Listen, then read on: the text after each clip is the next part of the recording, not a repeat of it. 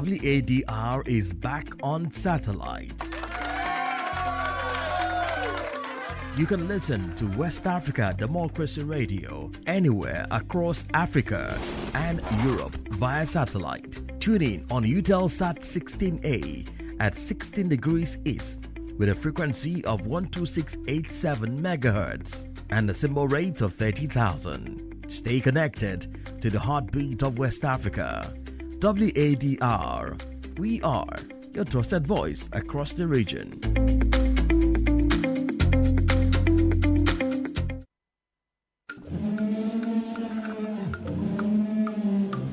At WADR, your voice matters. Starting this quarter, we'll bring you a space to share your thoughts on the issues shaping your country and West Africa.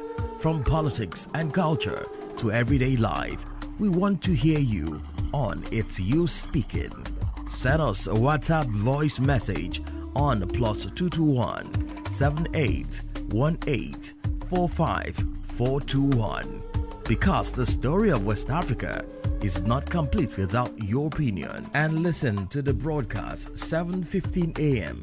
Mondays, Wednesdays, Thursdays, and Fridays. Stay tuned, speak up, and let's make your voice a part of the debate. Only on West Africa Democracy Radio, 94.9 FM Dakar. It's You Speaking.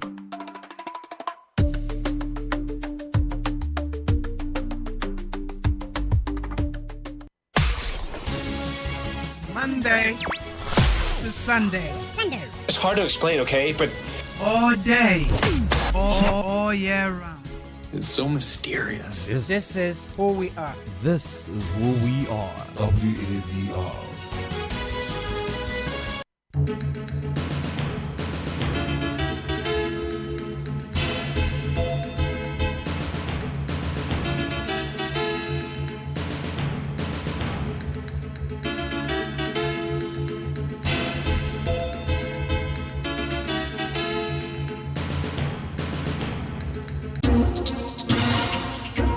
WADR, promoting dialogue. It's 6 p.m. in Dakar and across 7 p.m. in Port Harcourt and Porto Novo. Good evening and welcome to Newslink here on West Africa Democracy Radio broadcasting on 94.9 FM and around the world on WADR.org. Top of the stories. The mission based its actions on the principles of impartiality. The Electoral Observation Mission underlines the peaceful and orderly manner in which the electoral operations took place. Electoral Observation Mission in Guinea-Bissau commends stakeholders for a peaceful election despite CSO's alleged vote manipulation. Meanwhile, ECOWAS Observer Mission urges candidates and parties to refrain from premature announcement of results. Urges the National Electoral Commission to ensure the timely release of the results to avoid any tensions. Guinea's Transitional Council split over new law governing political parties, and United States left 15% tariff on Ghana's cocoa and other key agricultural exports. This additional info is significant to help soar our foreign exchange earning and help address our balance of trade issues. World Food Programme warns terrorist attack to fuel record hunger in Nigeria's volatile north. Please stay tuned for details of these stories and more. Christopher Aticho with Newslink. Many thanks for joining our broadcast. Newslink begins in Guinea-Bissau as we continue to monitor developments after the Sunday, November 23 elections. The latest developments indicate that the Electoral Observer Missions have released the result of the observations in the just-ended polls, while the two main candidates in the presidential election, incumbent Umaru Sissoko Embalo and challenger Fernando Diaz da Costa, continue to claim victory. The network of judiciary and electoral administration body of the Portuguese-speaking community spoke at midday at the Electoral Commission in Bissau. It maintains that the vote was conducted in accordance with the national and supranational standards. Here is the spokesperson for the network of judicial and electoral administration bodies of the Portuguese-speaking community, Carlos Alberto Cawiu. The mission based its actions on the principles of impartiality. independence, and objectivity intentionally accepted for electoral observation in order to respect the country's sovereignty and the existing legal framework. The Electoral Observation Mission observed that in all polling stations, legal procedures were respected in their installation, opening, and throughout the voting process. It also had the opportunity to observe that minor issues that arose at the polling stations were promptly resolved and overcome. The Roja CPLP Electoral Observation Mission considers that the vote of November 23, 2025 respected the prevailing electoral legal framework and international standards for free, fair and transparent elections. The Electoral Observation Mission underlines the peaceful and orderly manner in which the electoral operations took place and the widespread observance of legal procedures, and for this reason congratulates the Guinean people and, in particular, the voters who went to the polling stations in the country and in the diaspora, as well as the authorities, institutions and citizens involved in the electoral process.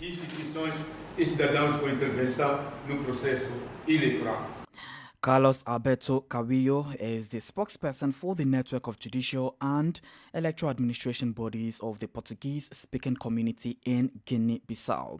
Meanwhile, ECOWAS observer mission to Guinea-Bissau is urging all candidates and parties to refrain from prematurely announcing results and called for patience and restraint among the electorate.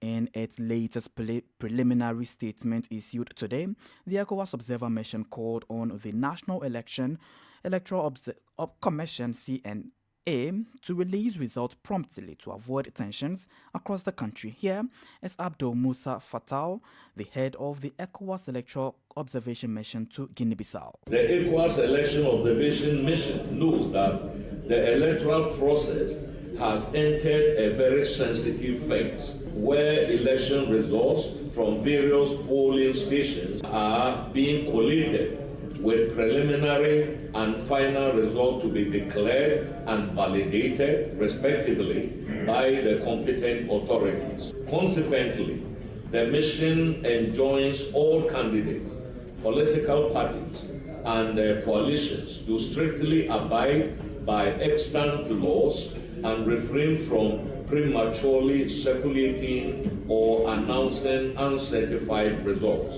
as required by law. In the same vein, the ECOWAS EOM calls on them to urge their followers to exercise maximum patience and restraint while awaiting the declaration of official results. In the meantime, the ECOWAS Election Observation Mission urges the National Electoral Commission, CNA, to work diligently and expeditiously to ensure the timely release of the results to avoid any tensions. Abdul Fattah Musa is the head of the ECOWAS Election Observation Mission to Guinea-Bissau. While we cross over to neighboring Guinea, where the National Transitional Council, CNT, has adopted a new law aimed at strengthening the legal framework governing political parties. According to reports presented by the CNT's Constitutional Committee, the reform seeks to modernize the current legal system, enhance transparency in the functioning of political organizations, and ensure a stronger institutional foundation for politics across the national territory. However, the law has sparked division within the Transitional Assembly itself. While some members argue that the reform is both necessary and timely, others warn that it could restrict the freedom of organizations and operation of political parties. Imoedit reports. According to the authorities, the new law aims to more rigorously regulate political activities in Guinea. It introduces several major innovations, including rules concerning the conditions for the creation, establishment and management of political parties, as well as financing mechanisms. Dansa Kuruma is president of the National Transitional Council, CNT. We must move beyond the anarchic proliferation of political parties. Some parties, with their connotations, exist only in the name of the sacred. They lack headquarters and members. What criteria will we have for a political party to be represented on the national territory if we don't apply the criteria before its creation? Do we want responsible parties, or do we want to be consistent with the will of the citizens? We have had the opportunity to rationalize and reform the political landscape. Let's not be afraid. However, Mamadou Faja Balde, a national advisor to the CNT and designated by the UFDG, voted against the law. He stated that the new requirements imposed on political parties significantly limit their freedoms and risk undermining political pluralism in Guinea. You can't require so many founding members for a political party because it completely blocks the creation of a political party in this country. The idea for a political party can come from the people. This law needs to be a solution. It's becoming a problem. One of the key points of the document concerns the conditions for creating a political party. From now on, to obtain legal recognition, a party must have at least 11 founding members in each of the country's 33 prefectures and the 13 communes of Conakry. A report by WAD House Conakry correspondent Chiano Alpha Ibrahim Baude and voiced by Imo Edet. More stories coming up on West Africa Democracy Radio. Newslink continues. Let me take you to the Gambia, where public reactions continue to grow over the presence of Cameroonian opposition figure Issa Chiroma Bakari in the country. While authorities describe his stay as a humanitarian gesture, the decision is raising a series of questions, from its diplomatic implications to concerns about potential regional fallout. Citizens and civil society groups are now calling on the government to provide more clarity on the circumstances surrounding Bakari's stay in the country. Sandona Mendy report from Banjul. On the streets of Banjul, public reactions are divided. Some Gambians welcome the move, describing it as an expression of African solidarity and consistent with the country's long-standing tradition of offering humanitarian assistance. However, others are calling for greater clarity, questioning what the opposition leaders present could mean for the Gambia's diplomatic and political interest. I think it's very normal for every country to host someone on asylum whose life is threatened based on politically motivated issues, things that has nothing to do with the individual being involved in criminal activities. But the government needs to be transparent enough to tell us that this and this and this is what is happening, and this is the reason why we are hosted.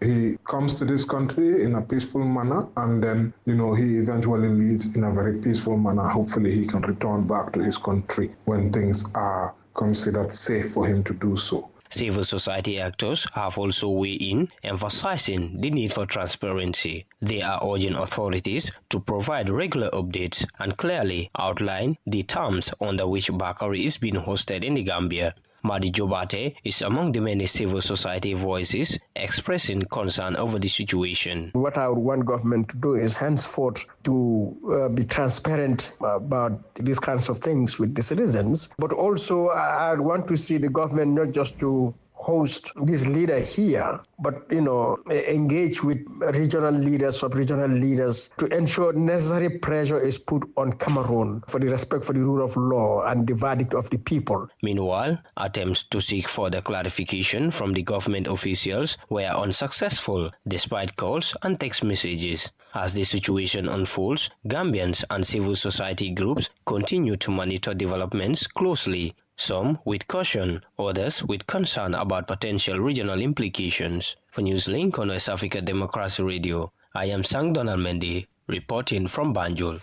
From Banjul, let me take you to Accra, as Ghana is set to reap major economic gains after the United States lifted a 15% tariff on cocoa and several other agricultural exports. The announcement was made by Ghana's Foreign Affairs Minister Samuel Okudzeto Ablakwa, who says the policy reversal took effect on November 13, 2025, following a new executive order signed by U.S. President Donald Trump.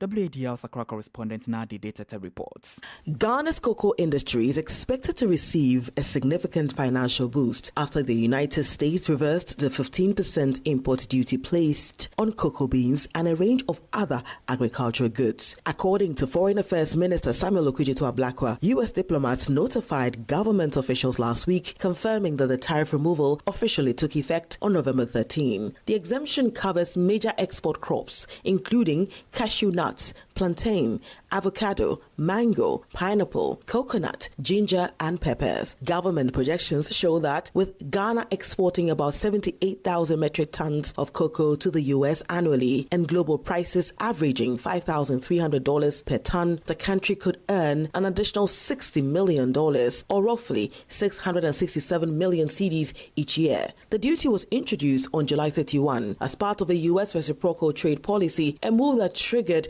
anxiety among exporters and policymakers in Accra. Chief Executive Officer of Trade Aid Africa, Nicholas Apokera, believes this is a significant boost for the Ghanaian economy. And I think that this is a significant win for Ghana and, for that matter, the trade relationship between Ghana and the United States of America.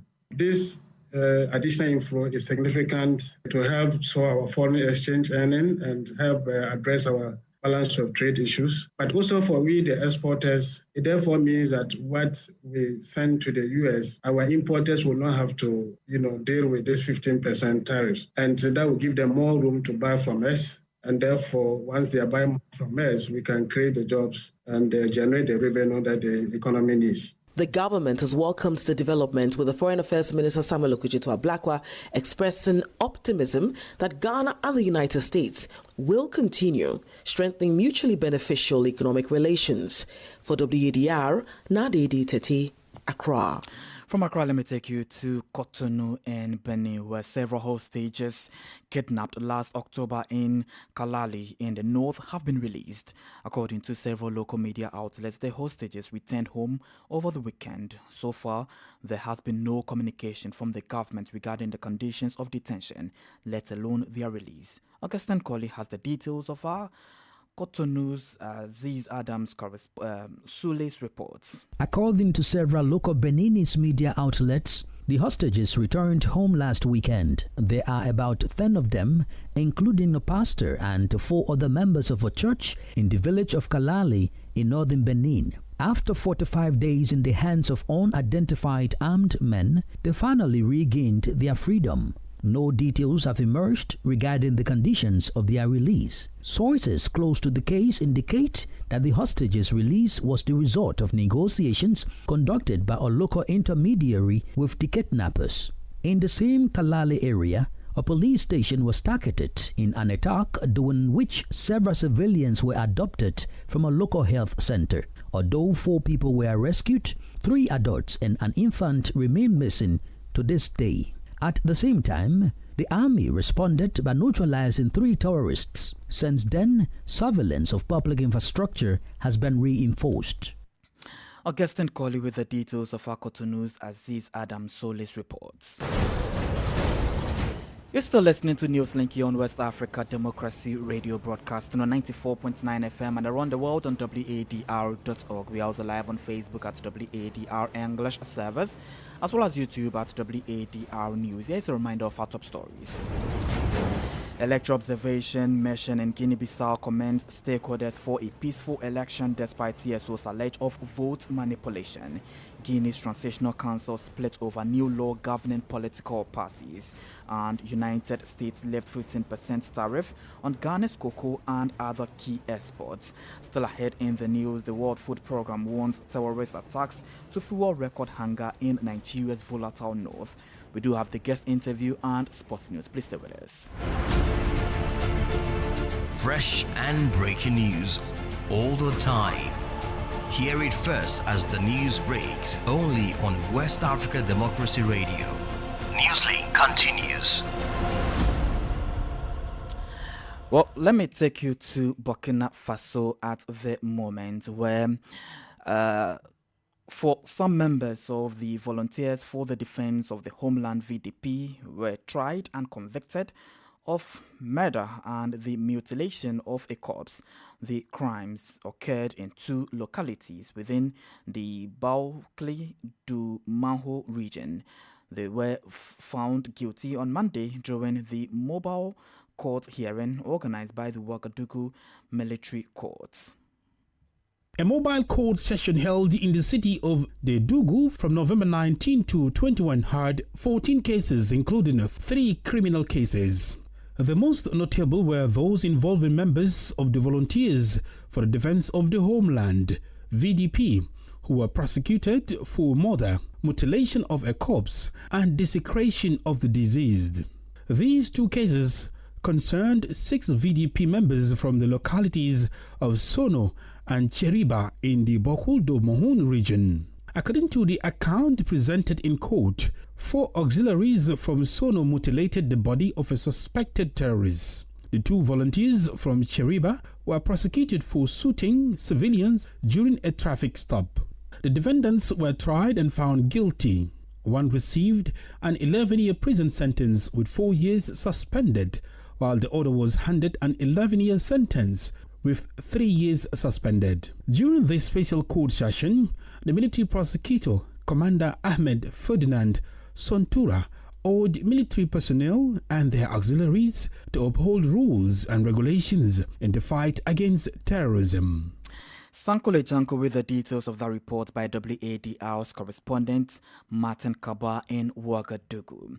Now, the World Food Programme, WFP, says resurgent jihadist attacks and instability in northern Nigeria are pushing hunger to unprecedented levels, with thousands facing famine-like condition. The UN agency, in a statement on Tuesday, said nearly 35 million people in northern Nigeria are projected to face severe food insecurity during the 2026 lean season, which stretches from May to September 2026. According to the statement, in Borno State, the epicenter of 16-year-old jihadist insurgents, around 15,000 people are projected to reach catastrophic hunger or famine-like condition. The conflict has killed more than 40,000 people and displaced around 2 million others in the northeast and spilled into neighboring countries. Last week alone, Africa's most populous country experienced 3 mass kidnappings. More than 300 students and teachers from the Catholic school were abducted in Niger State. 25 Muslim high school girls were snatched in neighboring Kebbi State, and 38 worshippers were taken from the church during a service that was live-streamed in Kwara State. Charlie is with WFP Nigeria. What we've seen over the last year is an increase and an intensity of the attacks, particularly in northern Nigeria. Starting with the northwest, we've seen the influx of new insurgent groups that hadn't been in Nigeria before, coming from neighboring countries. But we've also, in the northeast, seen the expansion of ISWAP and Boko Haram. The effects that these have on people in the north is quite chilling. It means that people are being chased out of their homes, but also they are too afraid to leave their homes if they're there. So, it's like being trapped if you leave, trapped if you stay. So people who would be farming, who would be growing food for themselves and for the rest of the country, they're not doing that. Instead, they are being forced to leave and go to displacement camps, or they are unfortunately stuck at home but unable to go and do the work that gives them meaning, that allows them to take care of themselves. We're seeing funding cuts, not just with WFP, but across major international NGOs, and they are scaling down their activities. And for WFP, this is including its nutrition programs. So what does this shrinking humanitarian space mean for vulnerable communities, and what steps should Nigeria and its partners be prioritizing right now to prevent a full-scale catastrophe? So if we take northeast Nigeria, just the conflict zones of Borno, Adamawa, Yobe states, they now have 6 million people who are food insecure. That's an increase of 1 million people compared to last year. Take WFP, for example. In July, we started scaling down our nutrition programs because we didn't have enough funding. It affected 300,000 children almost overnight. Charlie is with the WFP in Nigeria. Still on security matters in Nigeria, as the country is witnessing a surge in abductions, especially in the north, amid rising tensions following U.S. President Donald Trump's allegation of Christian genocide and threat of military intervention. On Monday, residents of a local community in Borno State fled their homes a day after 13 teenage girls were kidnapped by ISWAP and while working on their farmland. The federal government has also shut down schools in several northeastern states in response to escalating insecurity. Meanwhile, Nigerians announced that the U.S. government has agreed to boost security cooperation through enhanced intelligence sharing, defense equipment, and support for counter-terrorism operations. These developments have renewed debate over the measures needed to effectively tackle terrorism and improve national security. Damela Ebenezer is a renowned security analyst, and he provides an analysis of the U.S. security support to Nigeria. The ultimate goals, and that's where schools are a very good target for them, is to shut school down, to make parents in the Northeast realize that school is not a safe place to send their kid. And by shutting down the schools, the government admit that right now the Nigerian state lacks the capacity of protecting the institution of learning. With the United States offering enhanced intelligence support and defense equipment as confirmed by the Nigerian presidency, what areas of Nigeria's counter-terrorism efforts most urgently requires foreign assistance, and how can this support be integrated without creating dependency? Well, if dependency is what it takes to bring the terror to an end, I'll welcome 3 times any sort of dependency, really. We've gone past that now. To answer your question of what would he do?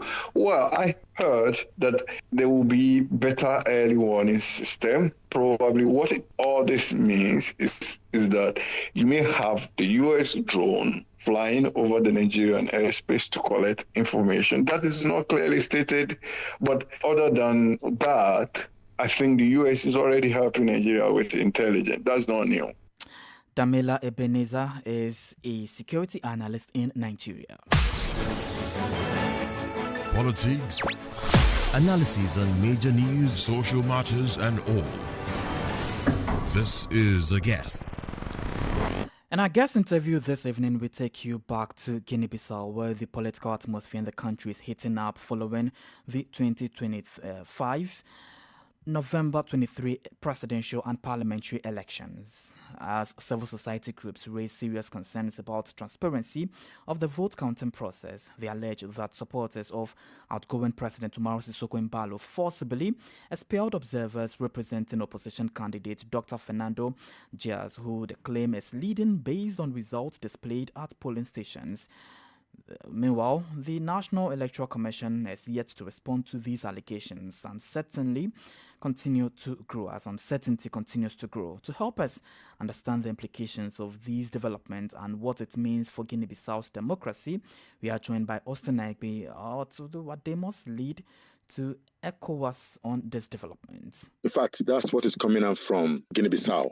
Right now, the speculations are very strong. In fact, civil society organizations have released a statement unanimously condemning the action. It is obvious that by Sunday, by the time the votes were coming out from the polling unit, that the opposition candidate was already coasting to victory. And the strategy from Umbalo, the current president, is to try to usurp those results and try to find a way to change them. And the best way to do it is to first put in motion inability of the Electoral Commission to do their function appropriately by removing all other presidential candidate agents representative at the collation center, because they have a responsibility and a duty. All over the world,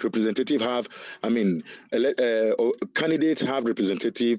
In some countries, like in Nigeria, you call them party agents.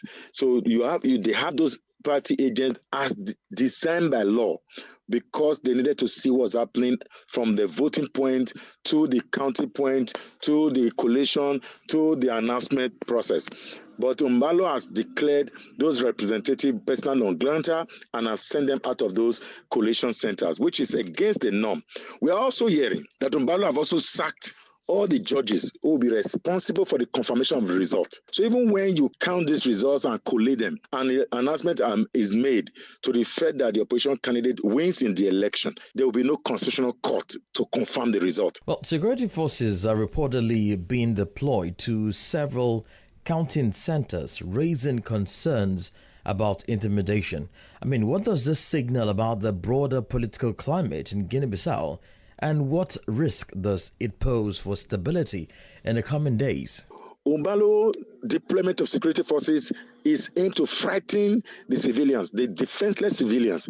Umbalo has used the security forces to undermine democracy for too long in Guinea-Bissau. Don't forget, Umbalo was the one who dissolved parliament, and we are aware he has dissolved the constitutional court. So it's now, because he's he calls himself the general of the people, is trying to militarize the entire country. This is clearly civilian coup. Security forces have no business in the electoral process. They are to support the civil authority, which is the police. And I want to call on the security forces in Guinea-Bissau to respect the law, to respect the will of the people, to respect the citizens whom they swore an oath to protect and to defend.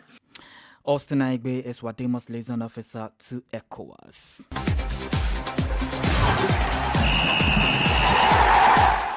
And in the world of sports, Nigeria Football Federation (NFF) has begun its sweeping overhaul of the Super Eagles squad as preparations intensify for the 2025 African Cup of Nations in Morocco. Top Federation officials say only players who demonstrate strong club form, fitness and genuine commitment will be considered for the selection. Well, tonight there are lots of UEFA Champions League action and ongoing right now. As Ajax taking on Benfica, game is in its 44th minute and Benfica is in the lead 1 goal ahead of Ajax. Meanwhile, Galatasaray is also locked down on a 0-0 draw in the first half game. It's in its 43rd minute against Union Saint-Gilloise. Also coming up at 8 p.m. Chelsea will be taking on Barcelona, and also Marseille will be taking on Newcastle. Dortmund will also be taking on Villarreal, and we'll be keeping an eye on all of these developments. And that is supposed this evening on West Africa Democracy Radio. And with that, we've come to the end of this evening's edition of Newslink on West Africa Democracy Radio, broadcasting on 94.9 FM and around the world on WADR.org. Many thanks to Fali Lusso and Mustafa Sek for the technical assistance. Do interact with us on all of our social media platforms, X formerly Twitter, Instagram at WADR News, and on Facebook at WADR English Service. I am Christopher Ticho. Good afternoon and enjoy the rest of our broadcasts.